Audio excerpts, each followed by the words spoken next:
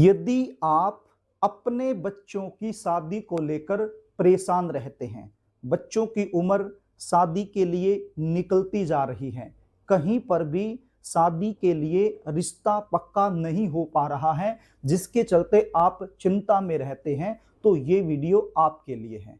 आज मैं आपको इस वीडियो के माध्यम से जो उपाय बताने वाला हूं, यह उपाय आपने बैसाख अमावस्या के दिन कर देना है। अब की बार बैसाख अमावस्या 17 अप्रैल 2026 शुक्रवार के दिन बन रही है। यह उपाय आपने सुबह के समय ही करना है। सुबह के समय का मतलब सूर्य उदय से लेकर 11 बजे से पहले पहले आपने इस उपाय को कर देना है। यह उपाय यदि बच्चों की मां करती है तो बड़ा अच्छा होने वाला है। यदि बच्चों की मां नहीं कर पाए तो फिर बच्चे खुद भी कर सकते हैं, चाहे लड़का हो या लड़की हो, तो खुद भी वो यह उपाय कर सकते हैं। करना क्या होगा, एक धागा लेना है। क्या लेना है? एक धागा लेना है, पीले रंग का धागा, यानी कि येलो कलर का धागा आपने लेना है। अब धागा यहाँ पर आप जैसे दर्जी कपड़े सिलता है, जिसको रील का धागा बोलते हैं, वो धागा भी आप ले सकते हो, या फिर पीले रंग का कलावा यानी मोली का धागा आता है, वो भी आप ले सकते हो। धागा कोई भी आप ले लीजिए, लेकिन उसका जो रंग है वो पीला होना चाहिए। और धागा किस साइज में लेना है उसको भी आप नोट कर लीजिए। आपका जो बच्चा है, चाहे लड़का हो या लड़की हो, जिसकी शादी में अड़चने आ रही हैं, जिसकी जल्दी शादी होने के लिए आप ये उपाय करने वाले हैं, तो उसकी हाइट के बराबर का धागा आपने लेना है। आप धागे को बच्चे की हाइट के बराबर नाप लीजिए। और यदि बच्चे घर में नहीं है तो आपको पता ही होगा बच्चों की हाइट कितनी है, तो उसके अनुसार आपने पीले रंग का धागा लेना है। और इस पीले रंग के धागे में आपने गांठ लगानी है। क्या लगानी है? गांठ लगानी है। अब कितनी गांठ लगानी है? आपका जो बच्चा वर्तमान समय में जिस उम्र में चला हुआ है, उस उम्र के बराबर ही आपने गांठें लगानी है। सपोज कीजिए आपका जो बच्चा है वो 30 साल का हो गया है, 31वें साल में चला हुआ है, तो 31 गांठें लगानी है। सपोज कीजिए आपका जो बच्चा है वो 25 साल का हो चुका है, अभी 26वें साल में चला हुआ है, तो 26 गांठें लगानी है। यानी कि आपका जो बच्चा वर्तमान समय में जिस उम्र में चला हुआ है, उस उम्र के बराबर ही आपने इस धागे में गांठ लगा लेनी है। अब ये गांठें कैसे लगानी है? एक सिरे से शुरू कर देना है और दूसरे सिरे तक गांठ लगाते लगाते आगे बढ़ते रहना है। यानी कि हर गांठ में गैप होना चाहिए। गैप कम भी हो सकता है, ज्यादा भी हो सकता है, कोई दिक्कत नहीं है। एक ही जगह पर गांठ नहीं लगानी है, थोड़ा थोड़ा गैप में इस धागे के अंदर आपने उम्र के बराबर गांठ लगा लेनी है। और क्या चाहिए? एक शुद्ध देसी घी का दीपक आप तैयार कर लीजिए।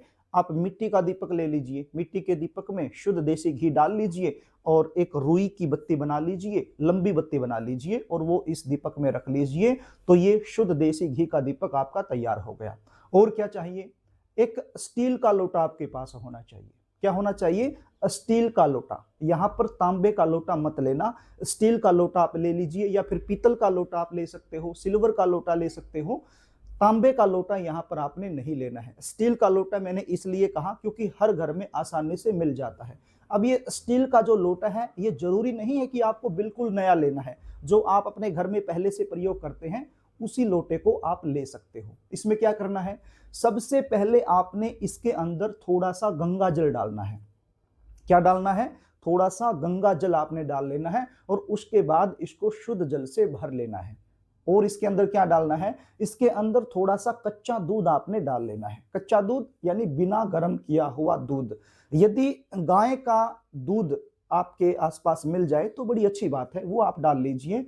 और यदि गाय का नहीं मिलता है तो फिर भैंस का भी आप प्रयोग में ले सकते हो, और या फिर बाजार से जो पैकेट वाला दूध आता है उसको भी आप प्रयोग में ले सकते हो, तो वो इसके अंदर आप डाल लीजिए। कितना सा डालना है? थोड़ा सा। थोड़ा सा मतलब लगभग 4-5 चम्मच आप इसमें डाल लीजिए। और क्या डालना है? एक चुटकी काले तिल भी आपने इसके अंदर डाल लेने हैं। और क्या डालना है? एक चुटकी हल्दी आपने इसके अंदर डाल लेनी है। और क्या डालना है? इसके अंदर आपने एक गुड़ का छोटा सा टुकड़ा भी डाल लेना है। ये सारी चीजें डालकर इसको अच्छे से आपने मिक्स कर लेना है। अब ये 3 चीजें आपके पास हो गई। एक तो ये पानी का लोटा जिसके अंदर सारी चीजें आपने डाल ली हैं, एक ये शुद्ध देसी घी का दीपक, और एक ये धागा जिसमें आपने उम्र के बराबर गांठ लगा ली है। अब ये तीनों चीजें लेकर आपके आसपास कोई भी पीपल का पेड़ हो वहां पर आप चले जाइए।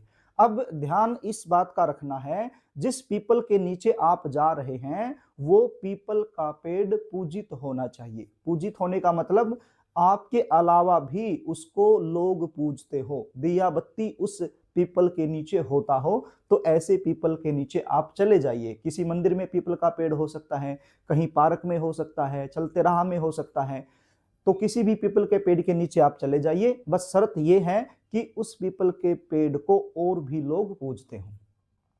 पीपल के पेड़ के नीचे जाकर के सबसे पहले ये जो पानी का लोटा है, ये पानी का लोटा पीपल के पेड़ की जड़ में अर्पित कर दीजिए। क्या करना है? पीपल के पेड़ की जड़ में ये पानी का लोटा आपने अर्पित कर देना है। उसके बाद क्या करना है? ये शुद्ध देसी घी का जो दीपक है, ये पीपल के पेड़ की जड़ के पास रखकर इसको जला देना है अपनी मनोकामना बोलते हुए। देखिए, जब आप ये जल पीपल के पेड़ की जड़ में दे रहे हैं तो आपका जो मुख है, आपका जो चेहरा है, वो दक्षिण दिशा की तरफ होना चाहिए। और जब आप दीपक लगा रहे हैं तब भी आपका जो मुख है वो दक्षिण दिशा की तरफ ही होना चाहिए। उसके बाद क्या करना है? ये जो धागा है, इस धागे का आपने क्या करना है? इस धागे को आप पीपल के पेड़ की टहनी पर बांध दीजिए।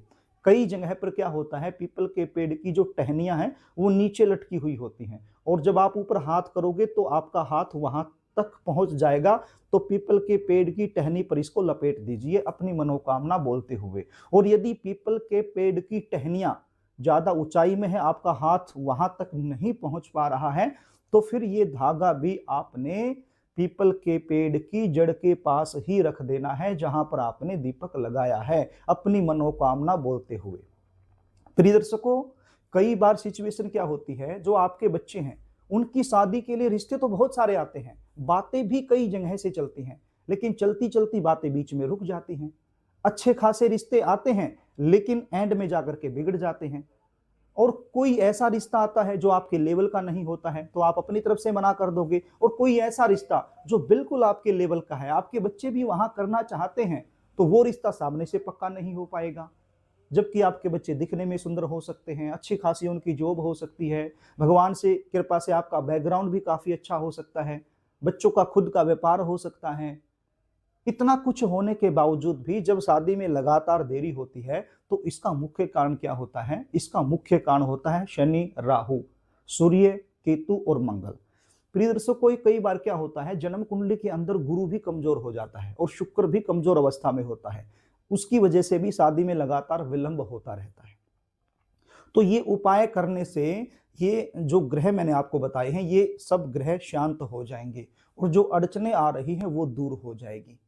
क्योंकि वैशाख अमावस्या का जो दिन है वो एक सामान्य दिन नहीं होता, विशेष दिन होता है। इस दिन ये छोटा सा उपाय आपके लिए चमत्कारी सिद्ध हो सकता है। आपके बच्चों की शादी में आ रही बड़े से बड़ी अड़चन को ये उपाय तत्काल दूर करके जल्द से जल्द शादी होने का एक प्रबल योग बना सकता है।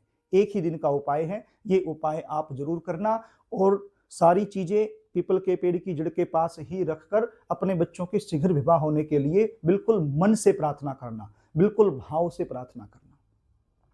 यदि आप जानना चाहते हैं कि आपके बच्चों की शादी कब होगी, कौन से साल में होगी, कैसे परिवार में होगी, कौन सी दिशा में होगी, शादी के बाद का जीवन कैसा रहने वाला है, जल्दी शादी होने के लिए जन्म कुंडली के आधार पर आपको क्या करना चाहिए, क्या नहीं करना चाहिए, या फिर आप गुण मिलवान करवाना चाहते हो, या फिर इसके अलावा भी कोई और समस्या आपके जीवन में चली हुई है उसका भी ज्योतिषीय समाधान आप हमसे लेना चाहते हो, बच्चों के करियर के बारे में पूछना चाहते हो, बच्चों के स्वभाव के बारे में पूछना चाहते हो, तो स्क्रीन पर दिखाए गए व्हाट्सएप नंबर के जरिए आप हमसे संपर्क कर सकते हैं और बच्चों की जन्म डिटेल लिखकर हमारे पास भेज सकते हैं और साइंटिफिक तरीके से संपूर्ण जानकारी आप हमसे प्राप्त कर सकते हैं।